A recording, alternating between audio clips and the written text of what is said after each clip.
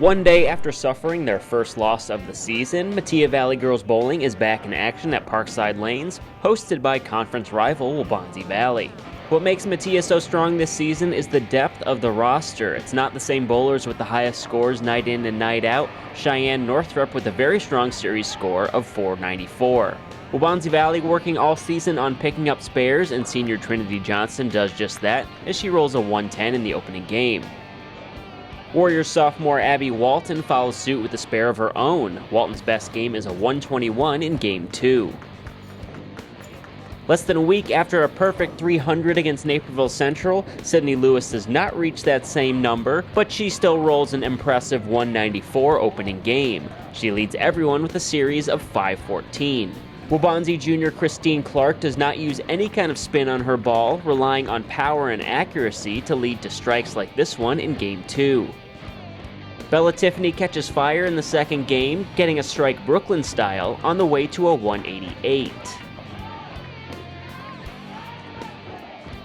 Let's hang out in Brooklyn a little while longer, shall we? As Jasmine Allen gets a strike in similar fashion, a 489 series for Allen. Leading the way for Waubonsie Valley is Ashley Sanchez, the sophomore with a turkey here and a team best 413 series.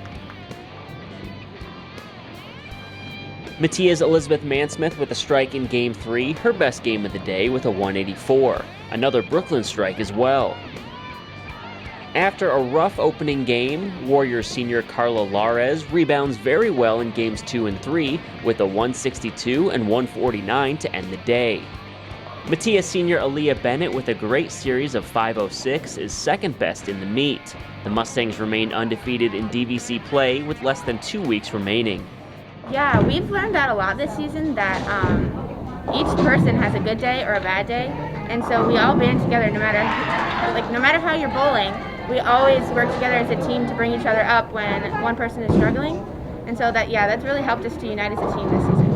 I looked at my surroundings and I thought logically why my ball was doing that, and I just adapted to the circumstances, and I just try to do my best afterwards, because that's what bowling is about, just adapting to changes in the lanes or in your teammates or in your emotions. And yeah, I just adapted to my surroundings. It had a lot to do with being understanding dry lanes, and a lot of help from the coaches knowing where to move and how to adjust, because this isn't our home lanes, so we use the coaches a lot to help us move so we can bring up our scores. I feel like I've grown as a teammate and as somebody that my underclassmen can look up to, and as a bowler who has really refined their skills.